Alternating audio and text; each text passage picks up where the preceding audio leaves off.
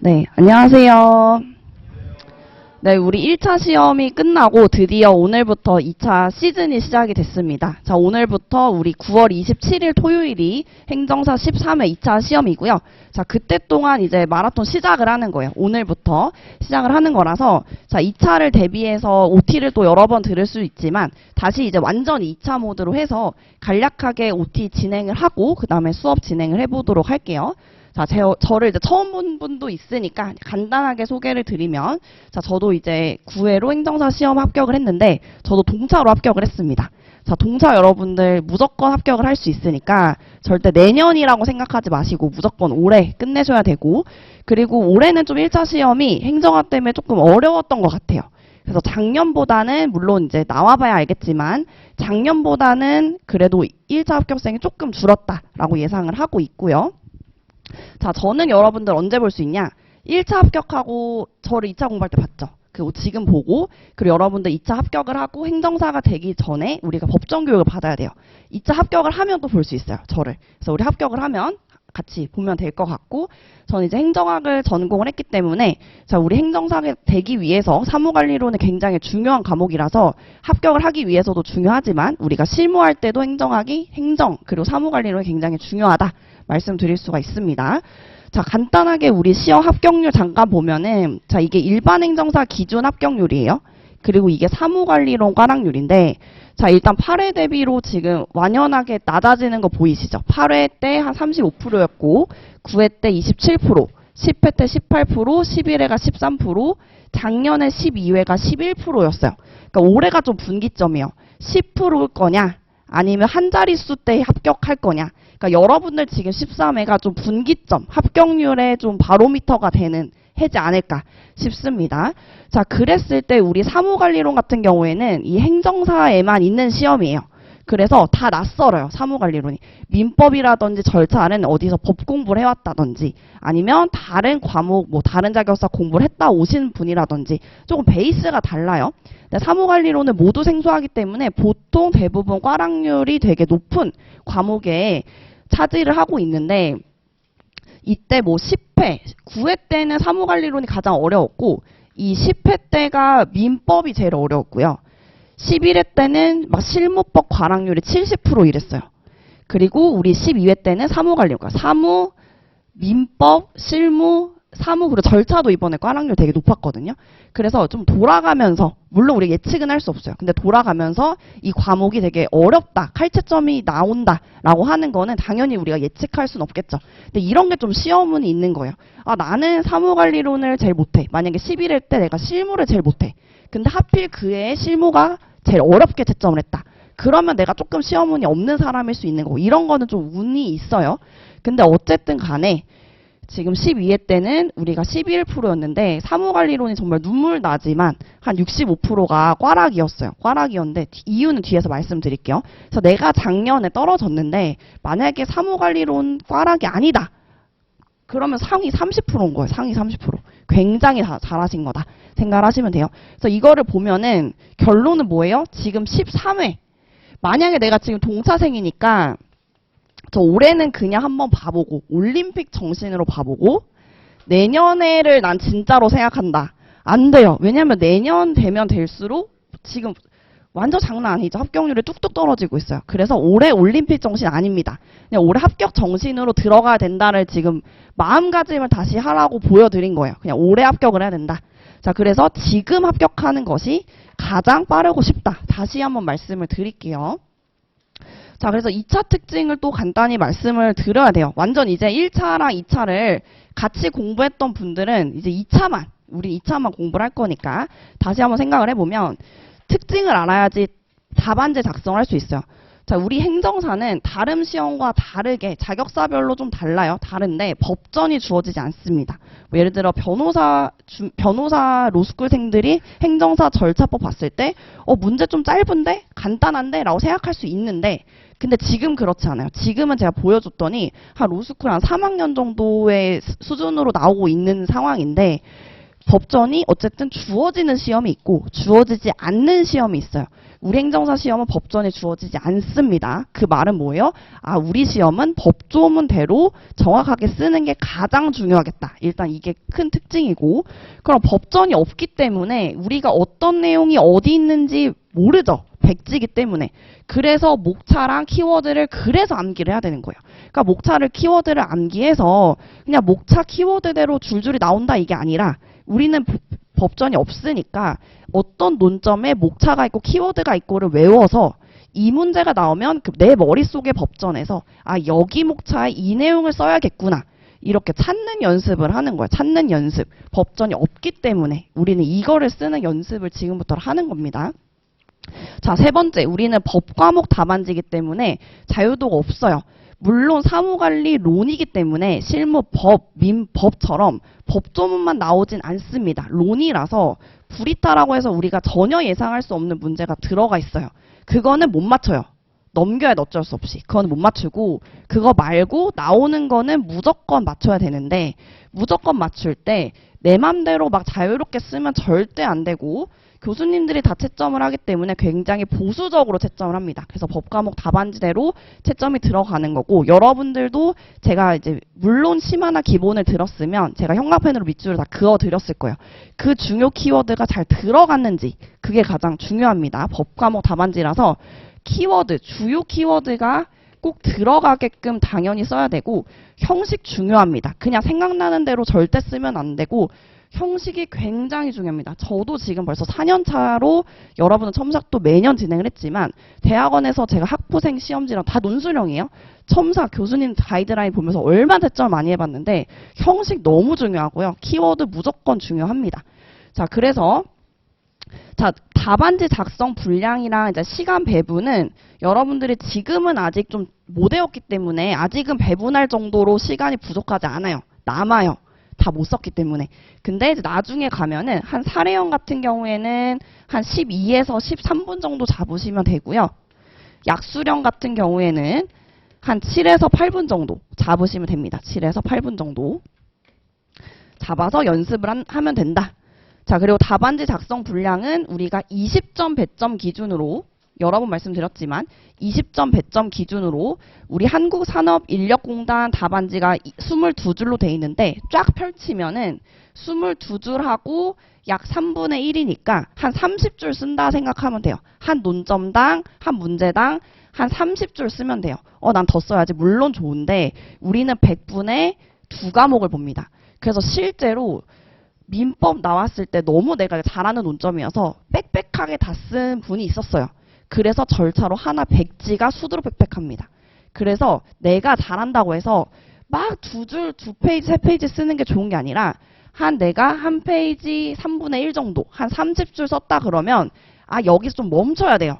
멈추고 다른 문제 풀고 시간 남으면 돌아와야지 여기서 넘어가는 순간 다른 논점에서 줄어들어요. 시간이 부족하기 때문에. 그래서 이 분량과 시간 배분을 보면서 체크를 해야 돼요.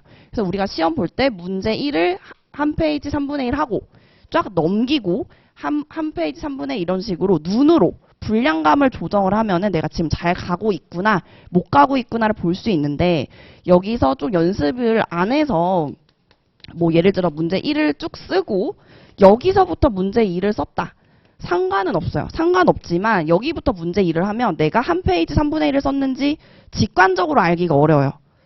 그냥 우리가 바로바로 체크를 하면서 넘어가야 되니까 그냥 한 페이지 3분의 1 하고 넘겨서 한 페이지 3분의 1 하고 해서 내가 한 문제씩 잘 가고 있는지를 그냥 느끼면서 직관적으로 보면서 체크를 하시면 됩니다. 자, 그래서 답안지와 펜은 여러분들이 공부할 때는 상관없어요. 공부할 때는 뭐 굳이 한국산업인력공단 답안지로 연습 안 하셔도 상관이 없어요. 그냥 뭐 백지나 뭐 아무 종이나 상관없는데 학원에 오시는 분들은 답안지를 나눠주니까 여기다가 쓰면 되는데 만약에 인터넷으로 강의를 들으시는 분은 그냥 인터넷에 한국산업인력공단 답안지를 검색하면 한 3,000원인가 4,000원인가 그럴 거예요. 2,000원인가. 이거를 하나를 구매해서 실제로 모의고사 연습할 때는 이 답안지에다가 작성을 하시면 돼요. 난 돈 쓰기 아깝다. 그러면 큐넷에 가면 여기 게시판에 답안지 샘플이 있어요. 그걸 프린트 하시면 돼요. 프린트를 하시거나 그냥 사거나 하시면 되고, 여러분들은 다음 주부터 시험을 볼 건데 다음 주까지 우리는 뭐가 있어야 돼요? 펜이 있어야 돼. 실전처럼. 이것도 다 실전 경험이니까 펜을 준비를 하시면 되는데, 펜도 사실은 굉장히 중요합니다. 물론 엄청 잘하는 분은 장비가 필요 없겠지만 문 닫고 들어간 사람 입장에서는 굉장히 중요해요. 장비가. 그래서 펜 같은 경우에는 물론 좋은 펜들이 굉장히 많지만 공통적으로 수험생분들이 가장 쓰는 세 가지가 에너겔, 제트스트림, 사라사죠. 제트스트림, 사라사인데 당연히 무슨 색 써야 돼요? 검은색 써야 되죠. 당연히 검은색 써야 돼요. 실제로 파란색 쓰시는 분 있어요. 빵점 처리됩니다. 이거 써야 되고, 굵기는 0.7mm를 거의 대부분 쓰는데 내가 글씨가 너무 크다 또는 너무 두껍다 하는 분은 0.5를 쓸 수도 있고, 나는 글씨가 너무 작다 하는 분은 1을 쓸 수도 있겠죠. 어쨌든 표준은 보통 0.7 정도로 사용을 하십니다. 그래서 다음 주까지 여러분들이 검은색 펜, 뭐 지금 쓰는 펜도 상관없는데 이거를 내가 시험장에서 쓸 거냐, 그걸 이제 매주 와서 테스트 해본다라고 생각을 하시면 돼요. 물론 작년 수석은 모남이 썼다고 합니다. 수석은 상관이 없어요. 이런 거 상관없지만 우리가 수석 못한다라고 했을 때는 중요하죠. 왜냐면 우리가 막 과목당 10페이지 쓰고 있는데 중간에 막 똥 나오면 안 되잖아요. 그러니까 열심히 펜도 연습을 하는 게 중요하다.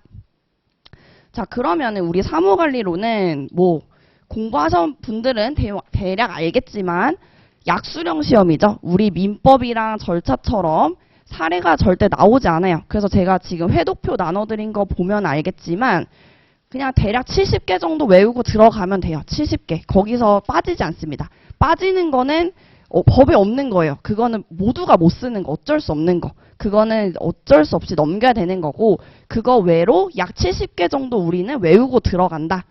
약수령으로 그냥 그대로 나온다고 말씀드렸어요. 그대로. 근데 지금은 그렇다 치는데 뒤로 갈수록 수험생 여러분들이 사례형에 자꾸 불안해지니까 점점 나 사무관리는 이제 외운 것 같고 민법 공부하고 절차 공부하고 이렇게 사례를 공부하다 보니까 점점 사무관리론이 소홀해지는 현상이 발생할 수 있어요. 근데 그렇게 되면 뭐가 문제냐면 휘발성이 너무 강해요. 기억이 안 나버리는 거죠. 그래서 사무관리론은 언제 좀 강하게 가져가야 되냐. 초반에 완전 잘 외워서 단단하게 다져놔야 되고, 그리고 막판에 휘발성이 강하니까 초반이랑 막판에 엄청 세게 비중을 가져가야 돼요. 사무관리론 초반에 안 잡아놓고 처음에 뭐 민법이나 뭐 좀 이해 가는 과목 열심히 하다가 나는 사무관리론 이제 중간부터 외워야지 하는 분들은 멘탈이 다 나가요. 안 외워지니까. 그러니까 초장에 잡아야 되는 과목이 사무관리, 기세. 왜냐면 지금 안 잡고 가면은 중간에 안 외워져요. 그럼 안 외워지면은 나 올해 안 되겠다. 그렇게 포기가 되는 그 흐름으로 이어지니까 초반에는 거의 6대4, 7대4의 비율로 절차랑 사무관리론은 암기를 잡고 가야 돼요.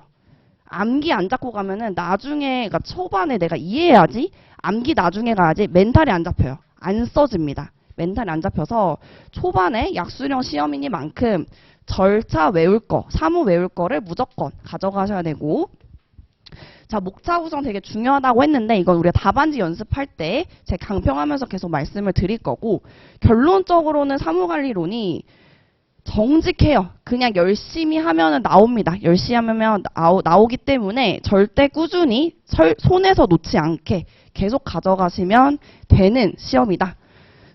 자, 그럼 우리 2차니까 좀 지금밖에, 왜냐면은 제가 좀 꼼꼼히 하는 게 질문 게시판에 이제 계속 올라올 거니까 한 번에 가이드를 쫙 드리고 이대로 그냥 공부를 하시면 돼요. 자, 우리가 지금 동차생이라고 하면은 한 해 지금 1차 보고 오신 분들이 있을 거예요. 동차생이 있을 거고, 자, 유예생분들이 있을 거죠. 지금 마음이 급한 사람은 당연히 동차생이니까 동차생 중에서 완전히 나는 2차가 지금 처음이다 하는 분들은 시간이 아마 부족하실 거예요. 그러면 기본이랑 심화 중에서 심화 강의는 하나만 듣고 오세요. 왜냐면 강의를 아예 안 들으면 무슨 내용인지 따라가지를 못해요. 그래서 심화 강의를 이제 빠르게 들으시면 되고 나머지 동차생, 유해생 분들은 그냥 이 사례형 모의고사부터 진행을 하시면 되죠. 이 모의고사부터. 지금 책에 다 밑줄이 그어져 있을 거죠. 그어져 있을 거니까 이제 모의고사부터 따라오시면 돼요. 그래서 지금 1단계는 이 동차생인데 완전 생동차가 아닌 이상 1단계는 지금 돼 있을 거란 말이죠. 1단계. 근데 내가 생동차다. 1차 끝나고 지금 2차 책 처음 샀다. 하는 정말 생동차생 분들 심화 강의를 우리 매주 그 진도에 맞춰서 들어오시면 되는 거고요. 그러니까 1단계 끝났고 지금 우리는 2단계부터 진행을 하는 거예요. 2단계. 자, 2단계부터 진행을 할 건데, 자, 암기를 하면서 우리가 회독수를 이제 같이 늘려줘야 돼요. 이제 2회는 끝났고, 암기하면서 회독수 같이 들어갈 건데, 제가 10회도표 나눠드렸죠. 10회도 다 채울 수 있어요.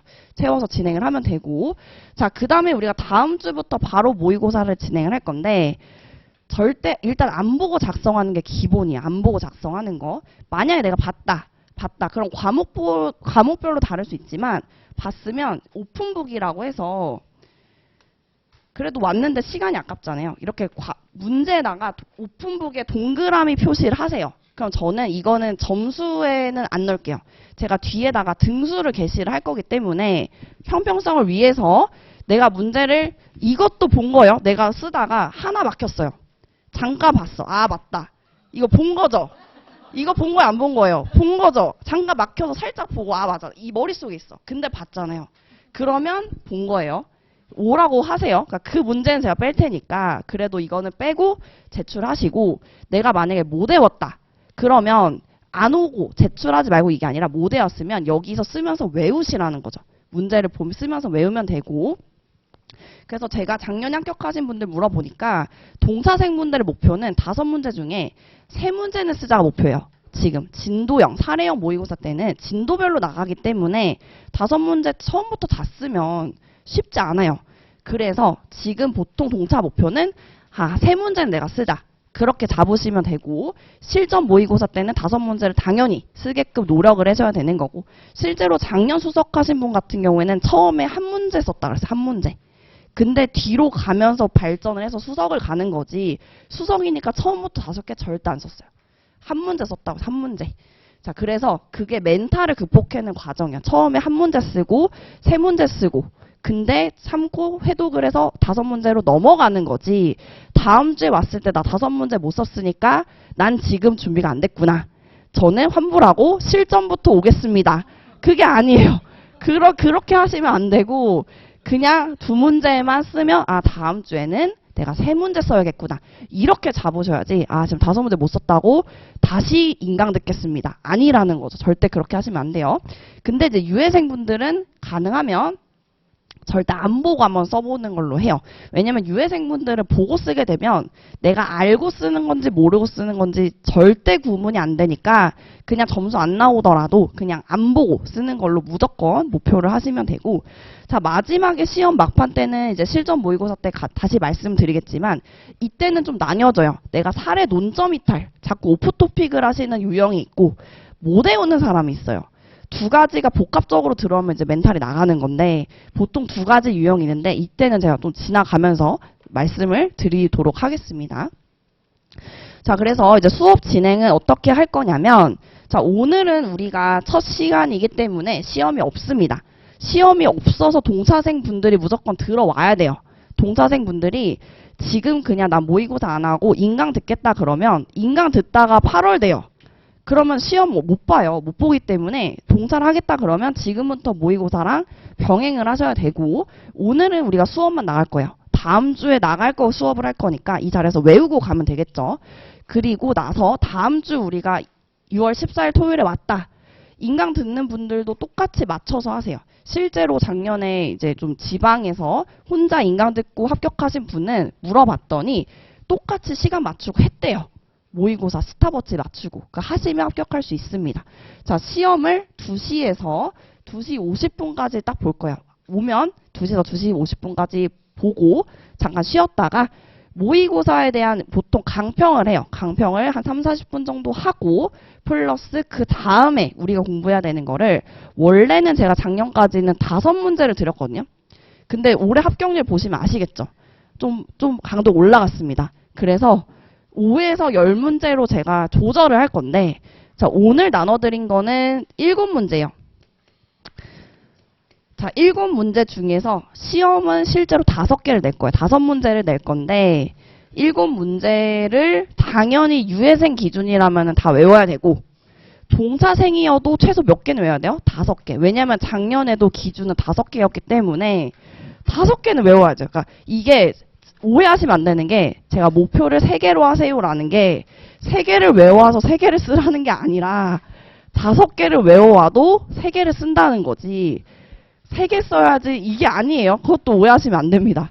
3개를 썼다고 해서 그분이 3개를 찍어서 외운 게 아니에요. 5개를 외웠는데 3개가 나왔다는 거지. 외우는 기준은 유예생 기준으로 풀로 외우시고, 제가 나눠드리는 답안지 기준 풀로 외우시고, 동차생은 최소 5개 외우고 플러스 알파로 가져가셔야 됩니다. 이렇게 가져가셔야 되고, 또 동차생 분들 그리고 유예생 분들 높아심의 말씀을 드리면, 우리 시험은 굉장히 휘발성이 강하기 때문에 절대 동차생 분들 인강 듣는다고 사무관리로 다 끝내고 절차 다 끝내고 이런 식으로 가면 절차 듣고 있을 때 사무관리론을 까먹습니다. 휘발성이 굉장히 강해서 동차생 같은 경우에는 그냥 요일별로 나눠서 학습을 해주셔야 돼요. 그러니까 우리가 월부터 월화수목 금 하고 토일이면 인강 듣는 분도 똑같이 토요일하고 일요일에는 모의고사를 봐야 돼요. 똑같이 시간 맞춰서 모의고사 푸는 시간을 토요일, 일요일에는 가져야 되고, 모의고사를 보기 때문에 굳이 이 모의고사 보는 평일에 따로 시간을 내서 답안지를 연습할 필요는 없어요. 그냥 외우시는 것만 연습을 하면 돼요. 충분해요. 우리가 7회랑 6회면 13회면 충분합니다. 그래서 토요일, 일요일에 답안지 연습을 하시고, 인강 같은 경우에는 과목별로 나눠서, 예를 들어서 주말까지 내 공부를 했으면 솔직히 사람이 힘들잖아요. 월요일이 제일 힘들거든요. 월요일은 저도 하루는 쉬었어요. 차라리. 그러니까 반대요. 주말에 쉬는 게 아니라 우리는 토요일, 일요일에 보통 직장병행 분들이 많잖아요. 거의 이때 14시간씩 공부를 해야 되기 때문에 오히려 월요일에를 차라리 쉬고 화, 수, 목, 금, 토일 이렇게 가는 구도라고 생각을 하시면 돼요. 그래서 저는 이렇게 쉬었고, 예를 들어서 화요일에 민법을 공부하고 수요일에 절차를 공부하는데, 목요일에 사무를 공부하고 금요일에 실무를 공부를 하는데, 하루에 한 과목씩 공부를 하면 안 되겠죠. 그래서 2과목씩 민이랑 사 외우는 게 많은 거, 실, 절, 민 이런 식으로 예시를 짠 거예요. 이런 식으로 2과목씩 조합을 해서 공부를 하면 되겠고, 인강을 내가 동차생인데 심화 강의를 들어야 된다 그러면 토요일, 일요일에 시험을 봐야 되는 진도의 분량이 강의 계획표에 나와 있어요. 강의 계획표만큼 인강을 미리 들어오시면 되겠죠. 들으면서 외워서 모의고사를 보는 식으로 하면 되고, 자, 유예생이다 그러면은 지금 강의 들을 필요는 없잖아요. 강의 들을 필요는 없으니까 강의 듣는 시간은 세이브 되지만 똑같은 이 방법으로 암기 들어가야 되겠죠. 암기 들어가야 된다. 자, 이런 식으로 공부를 하시면 됩니다. 자, 그리고 자, 그 다음에 이제 암기 방법. 자, 암기 방법도 중요해요. 지금 옵티인데 이게 한 2달, 3달 내내 달리는 그 내용이기 때문에 한 번에 말씀드립니다. 이제 질문이 나오지 않겠죠? 자, 복습이랑 암기 시기를 언제 해야 되냐? 지금 이해해야 되나요? 아니죠. 지금 이제 시간이 없기 때문에 그냥 바로바로 암기인데, 어느 정도 암기냐면 이제 여러분들은 하나를 보통 이동할 때는 사무관리론이 가장 좋기는 해요. 차 타고 다니시는 분 무조건 차 이동할 때 뭐 강의를 틀어놓거나 또는 지하철 이동할 때 외울 거, 이거 프린트 있죠. 프린트 나눠드린 거, 이거를 가지고 다니면서 무조건 짜투리 시간에 매일매일 외우는 거예요. 짜투리 시간에 모두 매일매일 외운다. 그냥 언제 앉아서 외우는 게 아니에요. 우리는 책상에 앉아서 공부하는 게 아니라 그냥 자는 시간 빼고 짜투리 시간에 그냥 손에 들고 다니면서 간단하게 외우시면 돼요. 외우시면 되고, 자, 암기 확인은 언제 하냐? 암기 확인은, 자, 여러분들이 예를 들어서 오늘 사무관리론 2개를 외웠어요. 민법 2개를 외웠어요. 공부했다 끝났다 이게 아니라 언제 해야 되냐면 꼭 자기 전에 1시간 정도, 여러분들 뭐 백지 복습법 이런 거 들어보셨을 거예요. 1시간 정도 쭉 공부한 거를 목차나 키워드나를 한번 쫙 써보세요. 써보다가 막힌 논점 있죠. 그러면 다시 펼쳐서 공부하고 자야 돼요. 공부하고 자야 돼, 진짜. 그래서 나중에는 머릿속에 자기 전에 잠이 안 와요. 자기 전에 내가 오늘 공부한 거를 이제 천장에 떠올려 보는데 자야 되는데 그게 기억이 안 나는 거죠. 그럼 잠이 안 오죠. 그럼 다시 불을 켜고 아 맞다 하고 다시 자야 돼. 이런 걸 이제 습관화해야 되는 거죠. 자기 전에 내가 오늘 공부한 걸 진짜 외웠는지 아웃풋 연습을 하고 자는 거를 이제부터 어차피 3개월밖에 안 남았거든요. 3개월만 하시면 돼요. 자, 그리고 자, 5강 공부법이라고 해서 자, 우리는 객관식 시험이 아니고 이제 써야 되는데 쓰는 연습은 모의고사로 충분해요. 굳이 우리가 평일에 공부하는 소중한 시간에 이거 팔 아프게 쓰면서 시간을 너무 많이 쓰지 마시고 이렇게 쓰지 말고 쓸 때는 뭐 목차나 키워드 정도만 쓰시고 구두로 말씀을 하셔도 되고 타이핑을 쳐도 되고 여러 가지 내가 말하면서 설명하면서 타이핑 쓰거나 해서 무조건 여러 가지 방법으로 회독을 하시면서 공부를 해야지 깜지처럼 외우는 과목이 아닙니다. 깜지로 하면은 실제 사례요. 깜지하다가 팔이 다쳐서 시험을 못 보신 분이 있었어요. 실제로. 그래서 우리는 여기 와서 모의고사만 봐도 충분하다. 충분하기 때문에 굳이 깜지 쓸 필요 없다. 다시 말씀을 드리고 자 이제 앞으로 남은 커리큘럼이랑 좀 마인드셋만 정리를 하고 수업을 진짜 나가보도록 할게요. 자 지금 우리 과정은 어디냐면 동사분들은 1차 끝나고 왔지만 지금 여기에요. 여기가 인풋 과정을 우리가 다 공부를 했는데 바로 아웃풋에 들어와야지 합격을 할 수 있는 거예요. 아웃풋에. 자 그래서 동사인데 시간이 없다. 그럼 둘 중에 하나를 듣기는 들어야 되겠죠. 우리가 용어라든지 밑줄 작업이라든지 기본적으로 해야 되니까 하나 이거 들으시면 돼요. 하나 들으시고 요약서 구매하시면 돼요. 자, 그래서 우리는 이 사례형 모의고사부터 이제 매주 외워와서 시험 보고 매주 외워와서 시험 보고를 7번을 시험 볼 거예요. 7번 시험 보고 한 주 쉬어요. 한 주 쉬고 그 다음에 실전 모의고사 6번 봐요. 6번 랜덤하게. 6번 보고 한 2주 정도 혼자 공부하는 시간을 갖고 시험장에 들어가는 과정이에요. 그래서 이때가 이제 완전 2차 시즌이죠. 2차 시즌인데 다행인 거는 안 좋을 수도 있지만 추석 전에 시험 보기 때문에 어떻게 마음을 먹으시면 되냐면 딱 시험 끝나고 추석 때 쉬겠다. 너무 공부가 안 되는 분들은 추석 때 놀러 갈 때를 계획을 짜세요. 정말 그 마음으로 나중에 놀자. 그때 놀시면 되겠고 자, 2차 때 사실 이게 가장 중요합니다. 2차 시험을 논술형 시험을 준비하신 분들이 많이 보통 없었을 테니까 객관식을 많이 해봤겠지만 굉장히 중요한 게 자, 우리 2차 시험은 결국에 이 아웃풋으로 써야 돼요. 그냥 내가 쉽게 외워서 그냥 키워드 끄적끄적 된다고 합격하는 시험이 아닙니다. 우리 지금 굉장히 좋은 풀들의 수험생분들이 교수님들 채점을 하기 때문에 이 정확도를 올리는 연습을 계속 하는 거예요. 우리가 답안지 쓰면서. 자, 그런데 중요한 거는 특히 유해생분들은 동사생은 괜찮아요. 백지 상태이기 때문에 괜찮은데 유해생분들은 하도 공부를 많이 하니까 내가 책을 보면 아는 것 같단 말이에요. 그게 정말 위험해서 꼭 모의고사 연습을 해보셔야 돼요. 와서 내가 모르는 건지 아는지를 알아야 되는 거고 특히 주의해야 되는 거 차라리 모르면 오픈북 표시를 해야 되는지 보다가 막혔어요. 이렇게 살짝 봤다. 이게 정말 위험해요. 그건 안 해온 거거든요. 안 해온 거라서 제가 회독표에 드렸을 때 내가 잘 외웠다 그러면 동그라미 표시를 하는 거고 내가 모르는 논점이다 그러면 X 하다가 중간에 막혔다 또는 내가 좀 어설프게 외운다 그러면 세모로 표시를 하세요. 그러면 내가 3회독, 4회독까지만 표시를 하면 눈에 보여요. 내가 약한 논점, 약하지 않은 논점이 눈에 보입니다. 그래서 이렇게 체크를 해야지 저는 저한테 상담했을 때 저 공부를 열심히 했는데 안 외워져요 라고 하면은 감을 잡을 수가 없어요. 저는 몇 회독 하셨어요? 외웠는데 뭐가 안 외워져요? 이런 거를 뭔가 수치가 있어야지 상담이 되는 거지 그냥 열심히 했다는 없고 우리는 몇 시간을 했고 몇 회독을 했고 이 논점을 몇 번 했는데 내가 안 외워진다. 이게 수치화가 돼야지 내가 진단을 하고 보완을 할 수가 있습니다. 자, 그리고 체력 관리가 사실은 좀 되게 중요한데 좀 시간이 없기 때문에 체력 관리를 저 같은 경우에는 정말 1시간씩 사이클을 맨날 탔어요. 타서 왜냐면 앉으니까 러닝은 뛰어야 되잖아요. 앉아서 외웠죠.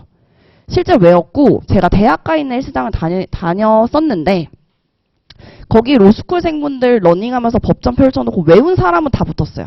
근데 정말 운동만 열심히 하시는 분 떨어졌어요. 그 운동을 우리가 공부하려고 해야 되는데 막 운동을 막 2시간 해요. 그럼 피곤하대. 그 떨어지죠. 그래서 와서 여러분들이 체력 관리는 좀 사실 중요합니다. 생각보다 기간이 길기 때문에 1시간 정도 저는 이제 운동하는 거를 추천을 드리고, 운동할 때 볼 수 있는 거, 강의를 강평을 듣거나 간단히 듣거나 아니면 외울 거 하나를 들고 가서 이거를 내가 외우고 달리고 오겠다. 이런 거를 내가 돈을 못 쓰겠다 그러면 진짜 공원을 산책을 하더라도 내가 하나를 외우고 오겠다. 이런 식으로 체력 관리를 꼭 해주셔야 돼요. 진짜 해주셔야 되고, 그리고 멘탈이 정말 중요한데 내가 좀 유리 멘탈이다 하는 분들은 초반에 공부를 진짜 열심히 해야 돼요. 초반에. 왜냐면 안 헤어집니다. 안 헤어지는데 유리 멘탈인 분들은 뒷심이 좀 부족해서 뒤에서 역전을 하기가 좀 어려워서 그냥 처음에 열심히 하고 안정적으로 점수를 맞고 가는 게 사실은 좋아요. 근데 멘탈이 약한 분은 실제로 제가 공부를 할 때도 그때 한 시험 한두 달 전에 포기를 하시더라고요. 그냥 올해 안 될 것 같다. 그래서 내년에 그분이 또 도전을 하셨는데 그분이 똑같이 그 유예생인데 또 한두 달 전에 또 포기를 하시는 거예요. 근데 이게 마음이 이게 안 되는 거죠. 멘탈이 진짜 안 돼요. 그래서 지금은 그럴 수 있나? 시간이 없는데 멘탈이 나갑니다. 그래서 멘탈이 되게 중요한 게 그냥 아무 생각 없이 뛰어서 일단 완주를 가야지 중간에 생각이 많으면 안 돼요. 이러다가 안 될 것 같고 그냥 가는 거죠. 그냥 가는데 너무 생각이 많아서 올해 뭐 어쩌고저쩌고 내년 안 돼요. 그냥 무조건 올해 끝으로 멘탈 진짜 잡으셔야 돼요. 그래서 2개를 같이 하셔야 된다. 자, 그래서 1차 합격하신 분들은 작년에 이 모의고사 과정을 공부를 하면 어떻게 나오는지 간단히 보여드리고 수업 나가보도록 할게요. 자, 작년에 이게 실제로 기출 문제죠. 자, 어떻게 나오냐면 20점 분량이 이제 한 문제라고 봤을 때 법정 민원, 고충 민원 개념 나오고 거부첨에 대한 이의 신청에 대한 이제 논점이 2개가 나왔어요. 근데 작년에 우리 사례형 모의고사 1회 민원의 개념과 민원의 종류, 이 민원의 종류에 법정, 우리 일반 민원, 고충 민원이 있고 일반의 법정, 질의, 건의, 기타 있어요. 그거에 대해서 연습했어요. 공부했고 이건 써야죠. 이렇게 써야 되는 거예요. 이렇게 나오고. 자, 그 다음에 3회 때 거부 처분에 대한 이의 신청에 대해서 개념, 방법, 처리 절차 나왔죠. 자, 이때 기출 1, 그럼 거부 처분에 대한 문제 나왔어요. 그러면은 1회, 3회 풀었으면 이거 풀어야죠. 그대로 써야 되는 거죠. 뭐 꼬우는 거 없잖아요. 뭐 그냥 외우고 쓰고 2개 섞어서 낸 거고. 자, 그리고 물음 2에 대해서 20점 나왔는데 자, 이때도 문제가 행정 잘 안 보이지만 행정기관차에 접수한 민원 처리하지 않을 수 있는 사항 좀 풀어놨어요. 처리하지 않을 수 있는 사항 그게 뭐냐면 민원 처리 예외인 거죠. 저는 5개만 쓰라고 했는데 9개 중에 5개 쓰라고 했는데 어쨌든 이거에 대해서 우리가 5개는 쓸 수 있어야죠. 5개, 9개 중에 5개. 그래서 이거 하나 나온 거예요. 예외에 대해서 설명하세요. 20점. 그러니까 요거 하나 나온 거고. 자, 문제 2 같은 경우에는 이때 모의고사 4회요. 우리 지금 시험 보는 7번 보는 것 중에서 작년에도 똑같이 7번 봤어요. 자, 4회 때 문서 처리의 기본 원칙. 자, 이게 11회 때 나왔는데 너무 중요해서 또 나올 것 같은 거예요. 그래서 이때도 내고 파이널 때도 강조를 했어요. 처리의 기본 원칙, 처리 원칙 나왔고 그리고 문서 작성 기준 중에서 저는 일부를 냈는데 어쨌든 문서 작성 이렇게 이건 좀 크게 냈죠. 그래서 2가지에 대해서 문제 2번으로 나왔었고 그럼 문제 1, 문제 2는 쓸 수 있어야 되는 거죠. 자, 그럼 문제 4부터 먼저 볼게요. 자, 문제 4는 자, 업무관리 시스템의 구축, 운영, 주체, 그리고 기대 효과 이렇게 물어봤는데 자, 6회 때 업무관리 시스템에 대해서 개념, 여기 안 보이지만 구축, 운영 다 들어가 있습니다. 그래서 업무관리 시스템에 물어봤는데 4회가 나왔어요. 그럼 여기까지는 1번, 2번, 4번은 무난하게 써야 되는데 자, 문제가 뭐냐면 이제 문제 3번이죠.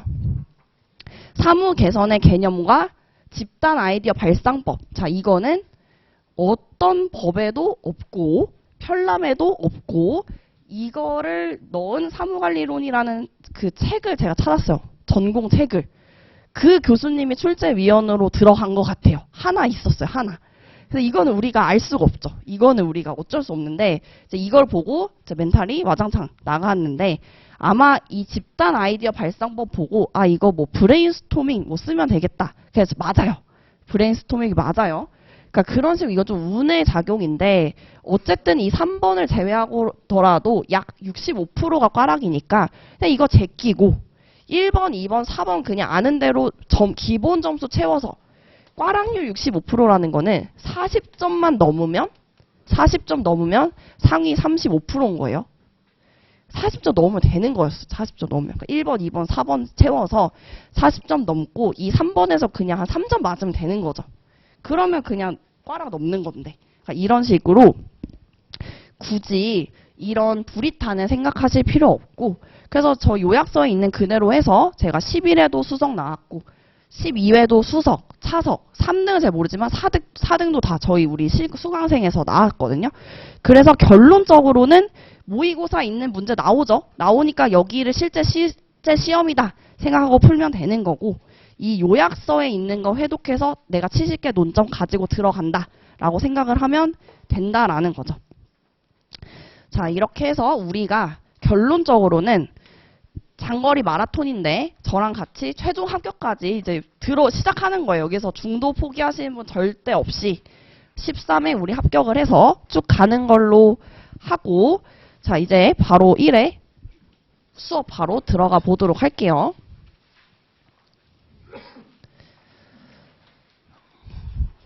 자, 이제 바로 들어갈 건데 자, 교재는 요약서랑 그리고 사례형 모의고사 1회 프린트 2개 중에 선택을 하시면 되고 사실 내가 단거나 하겠다 그러면 그냥 요약서를 그냥 가지고 다니면서 내용 어차피 똑같습니다. 자, 지금부터 우리 암기하면서 들어갈 거고요. 다음 주에 바로 시험을 볼 내용입니다.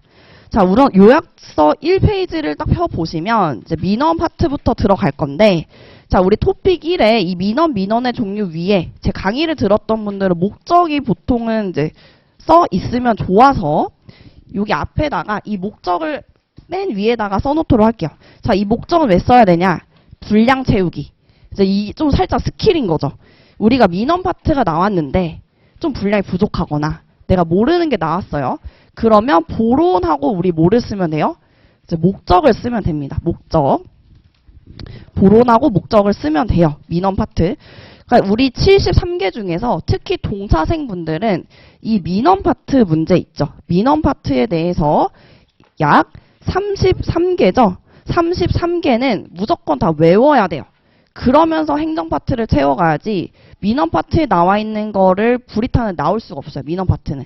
그러니까 민원 파트에 있는 문제는 무조건 맞추고 행정 파트를 채워간다라고 생각을 해서 내가 동사생이고 너무 힘들고 좀 자신 없다 그러면 그냥 사례형 과정에서 무조건 내가 민원 파트 33개는 다 외우고 이 과정을 졸업하겠다 생각을 하셔야 돼요.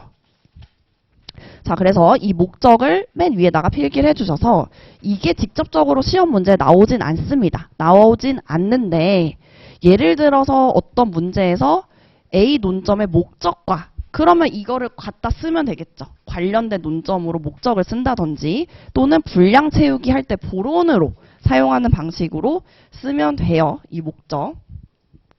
자, 그래서 그때 목적이 필요한 거고 자, 민원 파트부터 밑줄이 다 그어져 있을 테니까 외워보도록 할게요. 자, 일단 민원이라는 것도 똑같아요. 민원 파트에서 어떤 문제가 나와도 민원의 의의를 우리가 쓰면은 한 줄이 늘어나죠. 자, 2차 시험은 감점이 되지 않고 가점식으로 채점을 하기 때문에 많이 쓸수록 사실 유리해요. 근데 우리가 시간이 정해져 있기 때문에 또 너무 많이 쓰면은 다른 과목에서 깎이겠죠. 시간이 부족해서. 자, 그래서 기본적으로 좀 많이 쓰면 좋다. 그래서 민원 파트가 나왔을 때 이 민원의 의의에 대해서 한 줄 쓸 수 있을 여력이 있으면 당연히 써주는 게 좋겠죠. 자, 그래서 민원이라고 하면은 우리가 키워드 외웠죠. 민원인이 행정기관에 대하여 처분 등 특정한 행위를 요구하는 것인데 당연히 이제 2차 서술형이니까 것이다. 것을 말한다. 것임 이것도 안 되죠. 이거 안 되죠. 것이다. 자, 우리가 사람이 채점하는 거고 무조건 보수적으로 예의 바르게 써야 돼요. 진실하고 성실한 글자체로 써야 됩니다. 그래서 임 이런 거 안 되고 이다. 를 말한다 이런 식으로 꼭 서술형으로 완결해 주시면 돼요. 자, 그래서 민원은 민원인이 행정기관에 대해서 처분 등 특정한 행위를 요구하는 것이다. 물론 이 민원에 대해서 딱 하나 문제가 나오기는 어렵겠죠. 그래서 지금까지 역대 기출 중에서 가장 많이 나왔던 게 이 민원의 개별적인 개념과 종류에 대해서 굉장히 많이 나왔었죠. 자, 크게 우리가 두 가지였어요. 민원의 종류 하면은 일반 고충이죠. 일반 고충. 그래서 실제 우리가 기출문제에서 고충 민원에 대해서 물어보는 문제가 있었고 일반 민원에 대해서 물어보는 문제가 있었어요. 그럼 일반 민원에 대해서 물어보는 문제에서는 고충 민원을 쓰면 안 됐었던 거죠. 그럼 반면에 그냥 민원의 종류에 대해서 물어볼 수도 있겠죠. 그러면 일반 고충이 다 들어가야 되죠. 그래서 만약에 민원의 종류에 대해서 물어봤다. 시험에 나온다. 그러면 일반 고충 목차를 잡아줘야 되고 일반이 4개로 나눠져. 네, 법질, 건기 이렇게 나눴죠. 법정, 질의, 건의, 기타 해서 법질, 건기 이렇게 4가지로 나눠서 우리가 공부를 했었죠. 자, 그러면 이제는 진짜 미룰 수 없어요. 이제는 외워야 돼요. 이제는 법정 민원이 뭔지 외우고 가야 돼요. 지금 정말 외우고 가야 되는데 자, 법정, 질의, 건의, 기타. 자, 일반 민원에서는 법질, 건기 이렇게 4가지로 나눠서 우리가 외워볼 건데 자, 일단 크게 틀을 다시 잡아보면 민원은 처분 등 특정한 행위를 요구하는 거였죠. 요구하는 거. 그래서 혹시 이제 디테일을 잡는 거예요. 요구하는 거기 때문에 질의, 건의, 기타 기본적으로 뭐예요? 요구하는 민원으로 끝나요. 요구하는. 왜냐면 민원의 정의가 행위를 요구하는 것이니까 요구하는 민원. 여기도 이제 문장 단위가 좀 디테일 잡는 거예요. 요구하는 민원. 기타 민원도 뭐예요? 행정기관 특정한 행위를 요구하는 민원. 그리고 상담 설명을 요구. 다 마지막은 이제 요구하는으로 이제 끝날 거예요. 요구하는으로 끝날 건데 법정 민원만 우리가 좀 잘 외워야 되겠죠. 법정 민원만 법정, 법령, 훈령 등에서 정한 법에서 정한 요건에 따라 우리 3가지였죠. 인가, 허가, 면허 등을 신청. 두 번째, 장부, 대장, 등록, 등재 신청. 자, 3번째, 특정한 사실 또는 법률 관계에 대한 확인 또는 증명을 신청. 그러니까 법정 민원이 사실상 여러분들의 행정사가 되면 우리가 신청을 대리하고 행정기관에서 접수를 받아서 처리를 하는 거죠. 그러니까 거의 대부분 법정 민원을 우리가 다 처리를 한단 말이에요. 인허가가. 그러니까 여기에 들어가 있는 거죠. 인허가. 그래서 이 법정 민원만 법에 정한 요건에 따라 신청하는 민원인 거고 나머지 질의, 건의, 기타는 요구인 거예요. 요구. 뜻이 요구를 하는 거니까. 자, 그러면 질의 민원은 뭐에 대한 질의냐? 법령, 제도 절차. 법령, 제도 절차, 설명, 해석. 우리가 질문하는 거죠. 모르겠으니까 이거 설명해 주세요. 이거 어떻게 해석하냐? 법령, 제도 절차. 자, 이거 끊는 이유는 강의 들은 분은 알겠지만 처리 기간 때문에 끊는 거죠. 법령 14일, 제도 절차 7일 우리가 외웠었는데 법령, 제도 절차 등에 관해서 행정기관에 설명, 해석 요구하는 민원. 자, 3번째 건의는 불평, 불만이 아니라 개선을 요구하는 우리 기억 이렇게 외웠죠. 그래서 제도 운영의 개선 요구하는 민원. 제도 운영, 개선 요구하는 민원. 자, 기타 민원은 법질, 고 모든 민원 중에서 나머지 법정, 질의, 건의, 고충 외 법정, 질의, 건의, 고충 외 2가지 요구합니다. 2가지 요구. 첫 번째, 행정기관의 단순한 행정 절차 상담 설명 요구. 이게 우리가 제일 많이 하는 거예요. 행정사들이 행정기관 공무원한테 전화해서 이거 절차 이거 맞냐. 이게 다 기타 민원인 거죠. 1번. 자, 2번째는 일상생활에 발생하는 불편사항을 알리는 등 행정기관에 특정한 행위를 요구하는 민원. 그래서 2가지 요구가 이제 기타 민원이에요. 기타 민원. 자, 여기가 완전 문제 봐신 게 토픽 1인데 거의 역대 기출문제 저랑 특강하신 분 알겠지만 4번, 5번 계속 나오고 관련된 어떤 논점이 나와도 개념 다 들어가죠. 그러니까 이거는 토픽 하나를 외우면 써먹을 게 이것도 자체로도 문제가 4-5번이 나오는데 플러스 어떤 논점이 나와도 써먹을 게 굉장히 많은 거죠. 그래서 우리가 법질 건기 지금 외워서 법질 건기 외웠고, 자 마지막 고충민원. 고충민원은 똑같죠. 고충민원도 뒤에 뭐로 끝나야 되냐면 요구하는 민원이에요. 요구하는 민원. 행정기관에 요구하는 민원인데 뭐 때문에 요구를 하냐? 위법부당, 소극적인 처분, 불합리한 행정제도. 위법부당, 소극적인 처분, 불합리한 행정제도로 인해 국민의 권리 침해, 불편 부담을 주는 사항, 해결 요구. 자, 그래서 제가 강의 때도 형광펜으로 밑줄 그어드리고 지금 외울 때도 키워드를 밑줄 그어드리죠. 자, 우리가 당연히 사람의 뇌는 한계가 있기 때문에 이대로 복사 붙여넣기로는 못해요. 복사 붙여넣기로는 못하고 제가 밑줄 그어드린 그 법률 키워드는 다 들어가게끔 외워주시고 평소에 외워주세요. 월화수목금 동안 외워주시고 그거를 토요일 일요일에 나머지를 여러분들의 문장으로 풀어내는 거를 여기 와서 연습을 하는 거예요. 여기 와서 연습을 해도 저도 그렇고 채점위원이 이거를 다 읽긴 하겠지만 점수 배점이 어떻게 들어가겠어요? 키워드 동그라미 치면서 채점이 들어간단 말이에요. 그러니까 들어가야 돼, 기본적으로. 그래서 자, 우리 1번 오늘 토픽 1. 이게 지금 문제 1 다 한 거예요. 자, 문제 1 보면은 민원의 개념과 민원의 종류죠. 민원의 개념. 민원인이 행정기관에 대해 처분된 특정한 행위를 요구하는 것을 말한다. 것이다. 쓰시면 되고, 민원의 종류, 크게 일반 민원이 있고 고충 민원이 있는데 일반 민원 안에 법질 건기가 있는 거죠. 법질 건기. 법정 민원이 3개죠. 법령에서 정한 일정 요건에 따라서 인가허가 등 신청, 장부 대장 등록 등재 신청, 특정한 사실 또는 법률 관계에 관한 확인 또는 증명 신청인 거고, 나머지는 다 요구하는 민원인데 질의는 법령 제도 절차 설명 해석 요구, 건의는 행정제도 운영 개선을 요구. 자, 기타는 법정 질의 건의 고충 외 2가지였죠. 단순한 행정 절차 상담 설명 요구하거나 일상생활 발생하는 불편사항 알리는 등 특정한 행위를 요구하는 민원. 자, 마지막에 고충은 행정기관의 위법부당, 소극적인 처분, 불합리한 행정제도로 인해서 국민의 권리 침해, 불편 부담 주는 사항의 해결 요구. 이렇게 머릿속에 떠올리시면 됩니다. 자, 이렇게 하면 문제 1번이 끝난 거죠. 자, 그럼 여러분들이 오늘 공부한 거를 다음 주까지 7개 공부를 해올 때 저는 이렇게 공부를 했죠.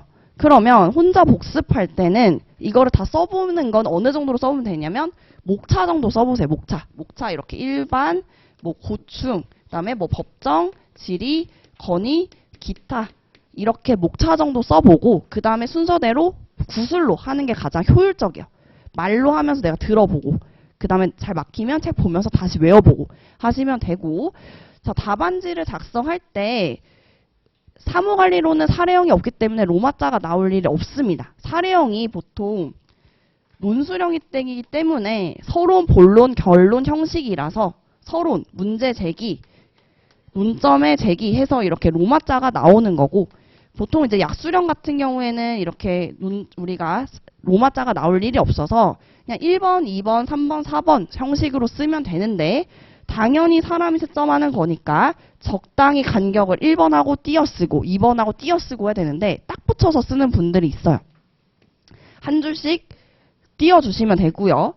자, 그리고 1번 다음에 이거는 교수님마다 좀 취향 차이인데 양가로 1, 반가로 1, 동그라미 1 이렇게 쓰는 사람도 있고 1 다음에 반가로 1, 양가로 1, 동그라미 1 이렇게 쓰는 사람도 있고, 이거는 교수님 전공 저서마다 다르고 학회 양식별로 다르고 이건 좀 취향 차이가 있어요.